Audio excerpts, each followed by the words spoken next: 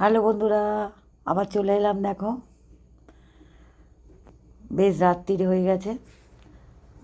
তা প্রথমেই জানাই শুভরাত্রি, সবাইকে জানাই। তা সবাই ভালো থেকো, সুস্থ থেকো। তা দেখো, আজ রাতে কি করলাম, রান্না করলাম বা কি খাবো, তেমন কিছুই করিনি।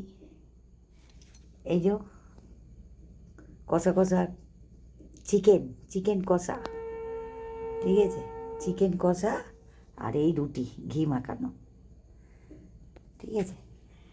তাই নিয়ে নিয়েছি, তাই খেতে বসবো এবারে। ওকে। আর দুদিন দেওয়া হয়নি কেন, আমার শরীরটা ভালো নয় তো, ওই জন্য রাতের দিকে তেমন একটা রান্না করতে পারছি না। নয় কিনে খাচ্ছি, ভাত তো খাই না, এক একদিন কিছু কিনে নিয়ে আসে ছেলেরা, খাই। তা আজকে করলাম রান্নাটা।